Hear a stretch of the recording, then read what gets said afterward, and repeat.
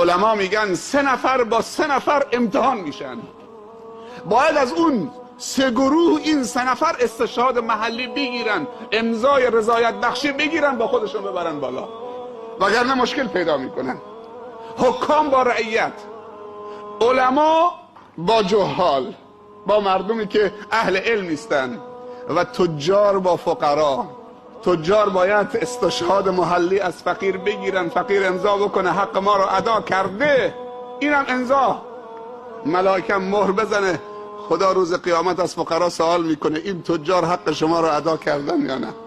و از عموم مردم استشهاد محلی میکنن که این علما حق شما رو ادا کردن، چیزی یاد شما دادن یا ندادن. ما بهشون موقعیت دادیم، تو وسط این همه مردم اونها رو سرسبد کردیم، گل سرسبد کردیم، به طرف مال دادیم، نه به اندازه خودش و 2 تا بچهش.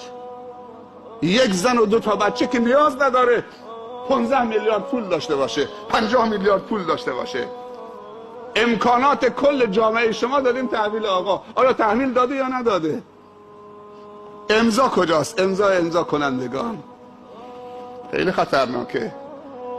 و یک استشهاد محلی هم با امضای رعیت و مهر فرشتگان تأیید میشه در رابطه با حکام.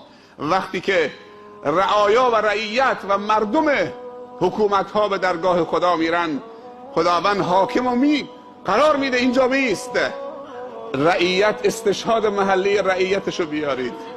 از تو راضیان؟ عدالت در حقشون اجرا کردید؟ تبعیض قائل نشدید؟ به رعیت رسیدید؟